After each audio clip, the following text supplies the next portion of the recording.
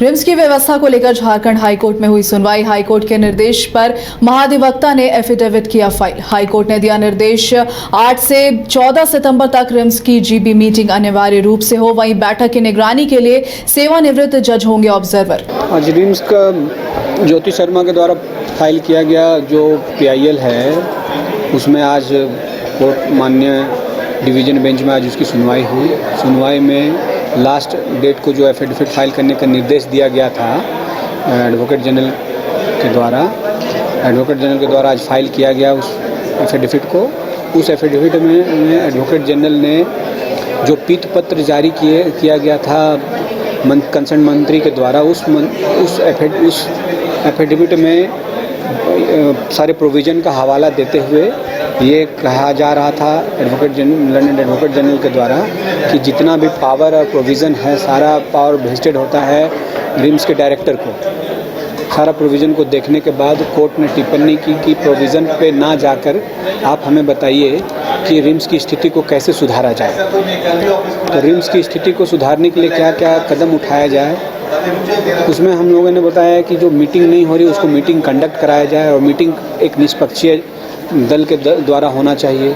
इसमें एक retired judicial members का होना चाहिए।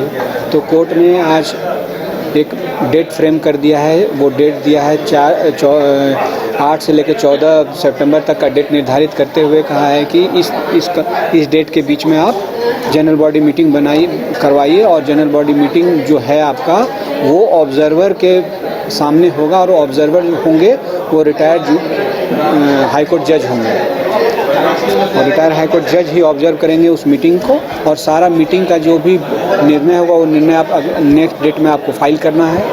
दूसरा बात उन्होंने कहा कि जितने भी इंस्पेक्शन हम लोगों ने किया और जो सजेशन मांगा गया था न्यायालय के द्वारा, तो रिम्स ने जो 13/8/2025 को जो सजेशन फाइल किया था वो सारी कॉपी हमारे द्वारा जो किया गया था इंस्पेक्शन 3 मेंबर्स टीम के द्वारा, उसकी कॉपी और फोटोग्राफ्स की कॉपी सारा को डायरेक्शन दिया गया है कि सर्कुलेट कीजिए amongst the member of the general body committee, और उसका भी डायरेक्शन हुआ।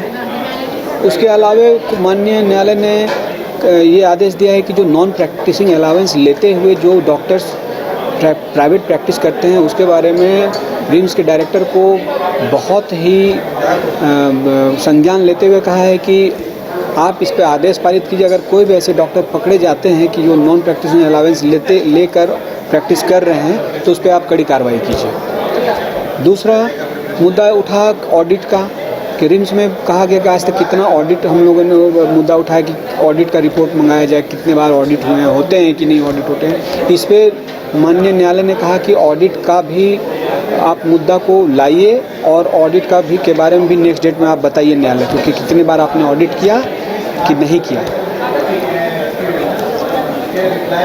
नॉन प्रैक्टिसिंग अलाउंस के बारे में तो हमने आपको बता ही दिया। AG की ओर से सपोर्ट किया गया इस बात में कि ठीक है, आप जुडिशियल ऑफिसर्स को आप अपॉइंट कीजिए ऑब्जर्वर के बीच में। इसमें माननीय एडवोकेट जनरल ने भी यही कहा, अपना भी राय समर्थन दिया कि हाँ ऑब्जर्वर का नियुक्ति होनी चाहिए, सो दैट कि आपका रिम्स का जो फंक्शन हो अच्छे से हो सके, नियुक्ति हो सके। यहाँ पर नियुक्ति भी अभी तक नहीं हो पाया है, उस नियुक्ति को भी करना है। बहुत सारे डॉक्टर्स बहुत विभाग में नहीं हैं, बहुत सारे विभाग में प्रिंसिपल्स नहीं है, बहुत सारा नर्स नहीं है, कंपाउंडर्स नहीं है। इक्विपमेंट्स के बारे में बोला गया कि सारा डिटेल आप उस जीबी में लीजिए, कौन कौन मशीन खरीदना, कितनी अपॉइंटमेंट करनी है, सारा डिटेल आप हमें बना के दीजिए। और इस मुद्दे को फिर अगले सुनवाई के लिए रखा गया। नेक्स्ट डेट अभी निर्धारित नहीं किया है, वो जनरल बॉडी मीटिंग के डेट के बाद रखा गया। घर रहने का मकान भर नहीं, ये खुशियों की तिजोरी है। दरवाजे पर दस्तक देता पड़ोस, खिड़कियों से उमड़ आता आसमां, तारों में उलझी ऐसी न जाने कितनी दास्तां।